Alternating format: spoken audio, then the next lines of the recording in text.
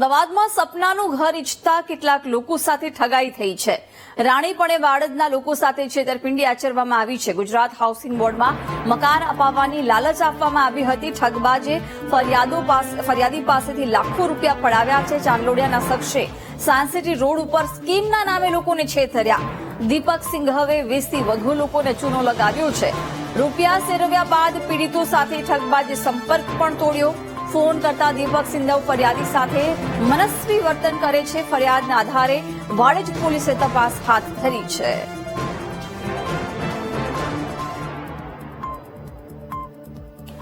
સપનાનું ઘર અપાવવાની લાલચ આપી લોકો સાથે છેતરપિંડી આચરવામાં આવી છે।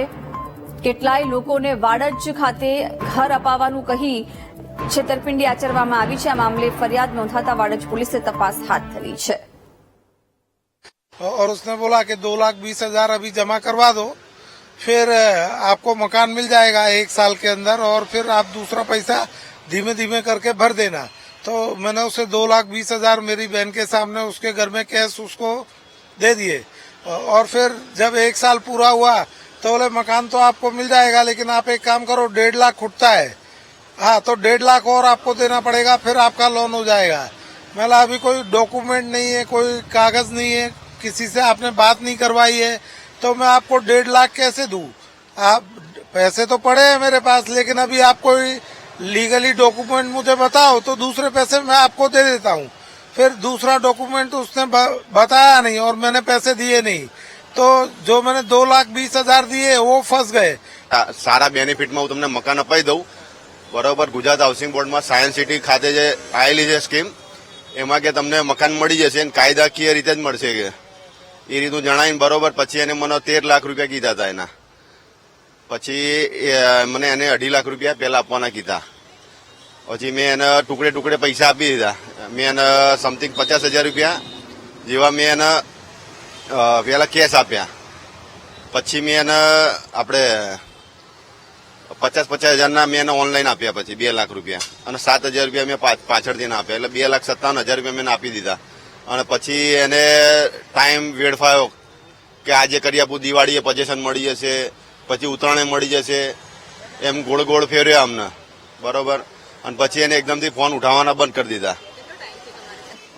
बोला कि मैं तुम्हारा मकान लगा दूंगा 12.5 लाख में रकम है, और आपको 3 लाख रुपया देना है, उसके बाद और लोन करा दूंगा मैं। 1,95,000 रुपया दिया, तो उसके बाद बोला कि अभी लोन का प्रोसेस चालू है। ऐसे से करते करते खींच ले गया। फिर पैसा मांग रहा था, और तो मैं बोला पहले लोन का प्रोसेस तो पहले मेरे को बताओ कि क्या पहुंचा कहाँ नहीं पहुंचा।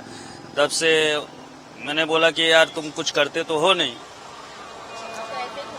हाँ, ऐसे घुमाता रहा। हाँ, ये મને મળ્યો અને મને એવું કીધું કે નિલેશભાઈ તમારે કોઈને મકાન જોતું હોય તો Gujarat housing board science city road ઉપર જે મકાન છે એમાં મારે સાહેબો સાથે ઓળખાણ છે કે તમારે લેવું હોય તો આપણે મકાન લીગલ અપાઈ શકશું।